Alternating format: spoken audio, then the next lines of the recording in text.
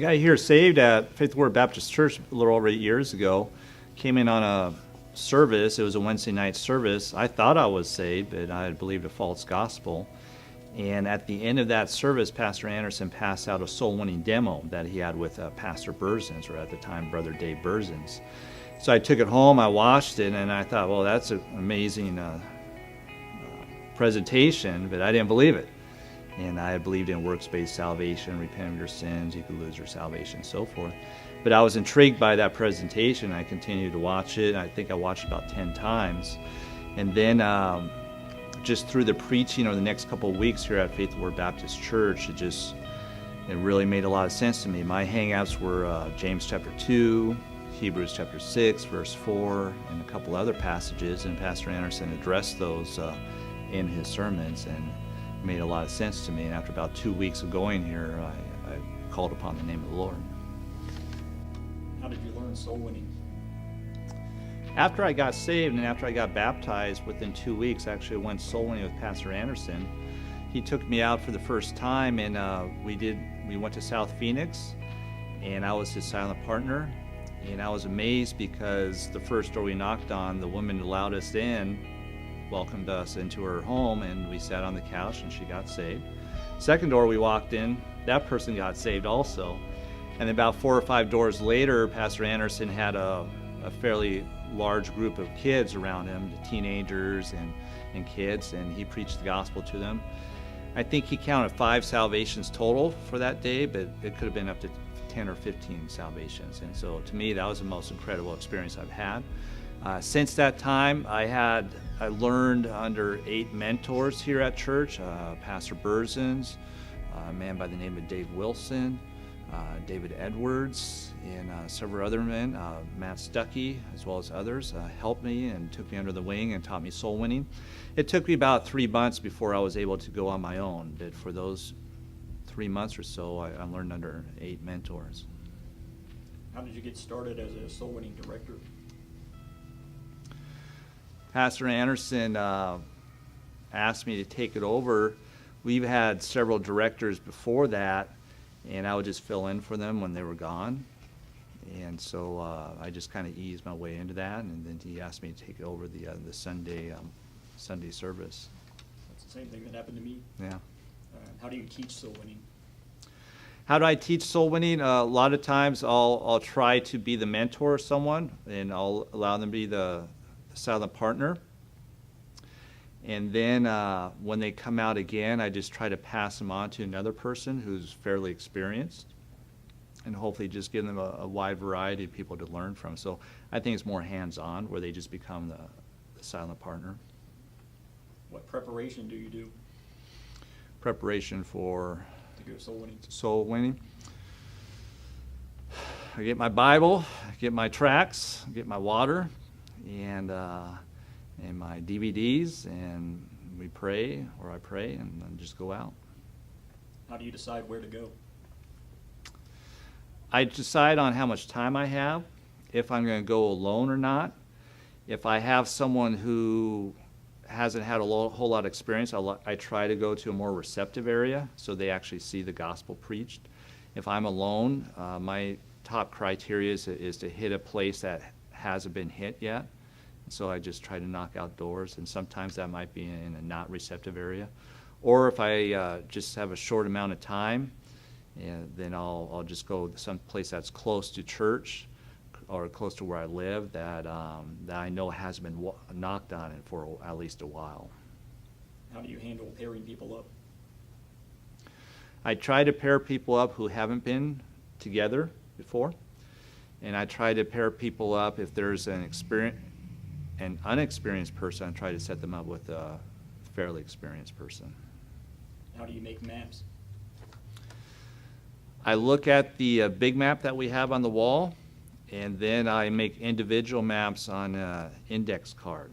And if I can, I'll go to the area the day before and scope out the area, try to make sure that there's actually houses there, and then get a feel for the environment. And then at the final thing is I'll make my final draft of index cards, and I'll draw arrows where I want people to go. And that's basically how I do the maps. What problems have you had to deal with from soul winners and from people at the door? Soul winners I haven't had a whole lot of problems with. Just occasionally a new person will cut me off in the middle of a gospel presentation. But that happens very seldomly.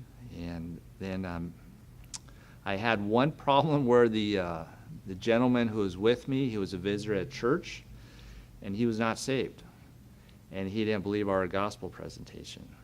And he actually, while I was giving the gospel to a young lady, he's writing notes to her saying, I'm preaching a false gospel to her.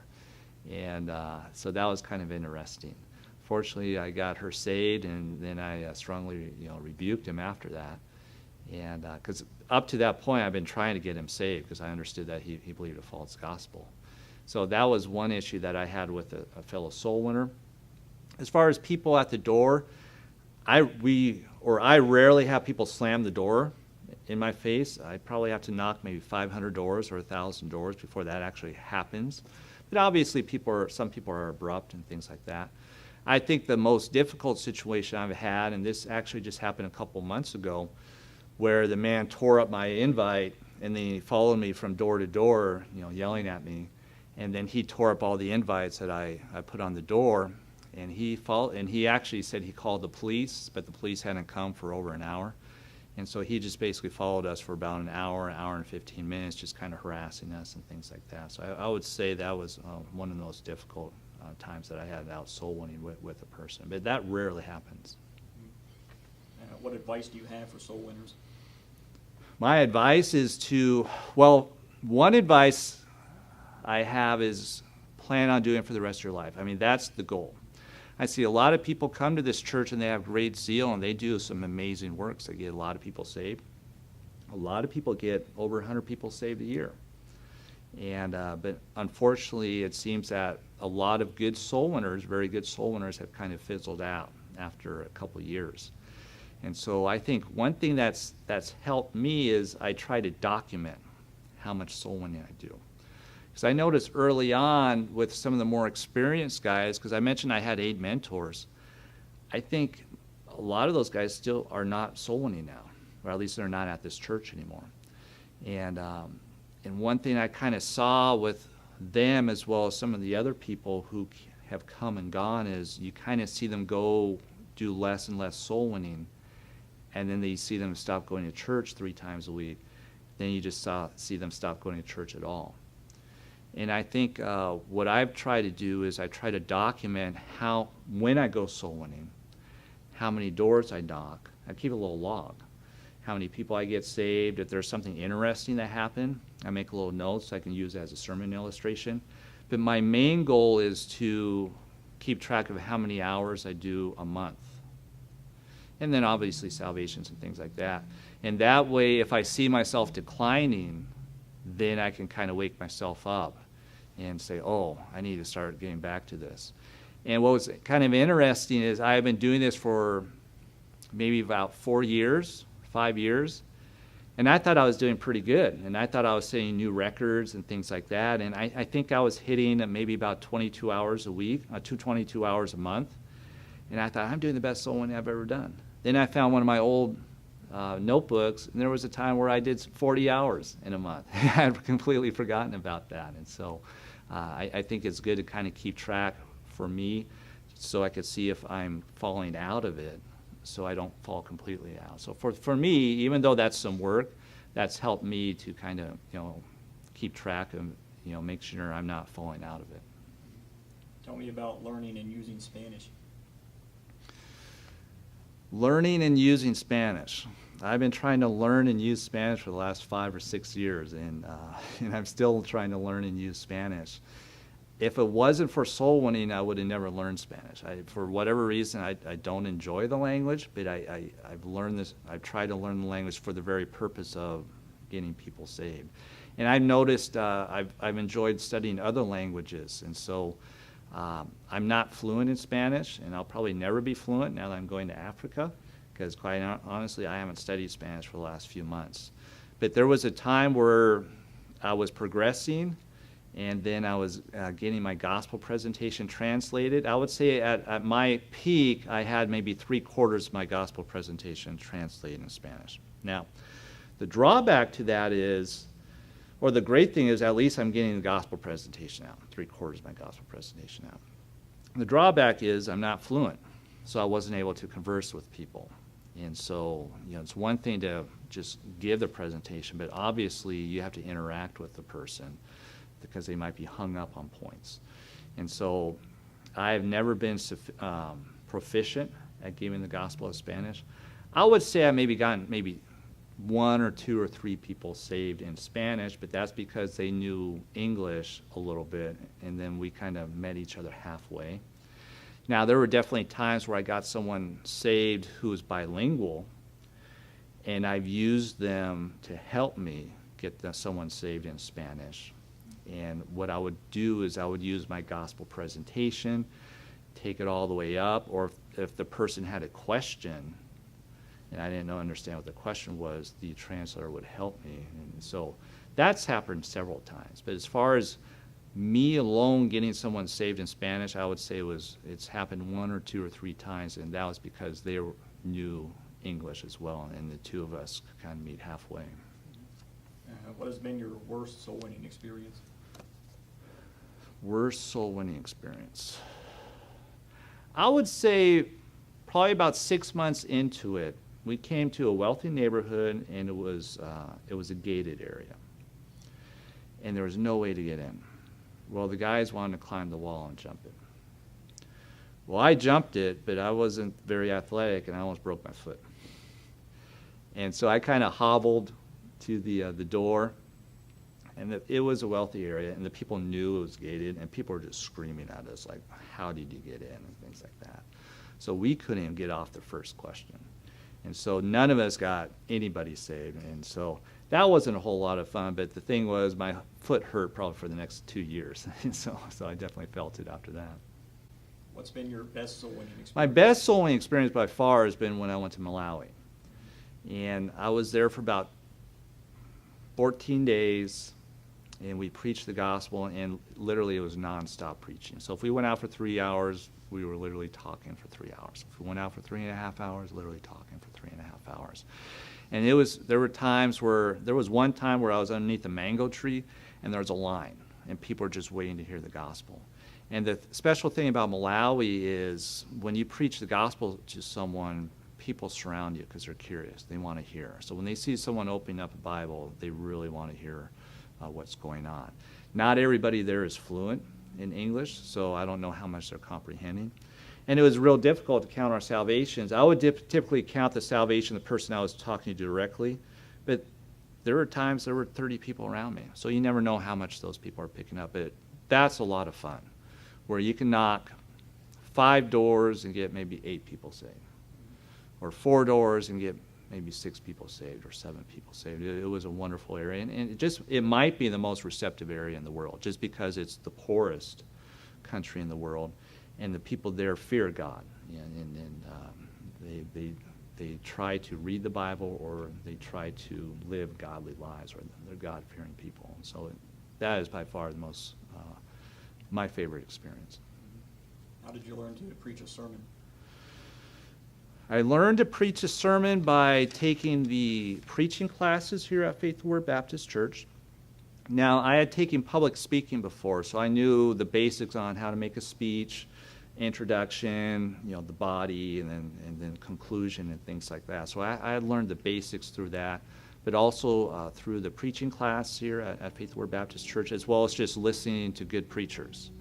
And I think a lot of your great writers, they kind of imitate off of their favorite authors. And I'm not a great writer, but I just hear that a lot. So I think a lot of preachers might just learn off of their favorite preachers. So I've learned off of people like Pastor Anderson, Pastor Berzins, Pastor Romero, as well as Pastor Jimenez and others that I like to listen to. Anything else you want to say about soul winning? Anything else I want to say about soul winning?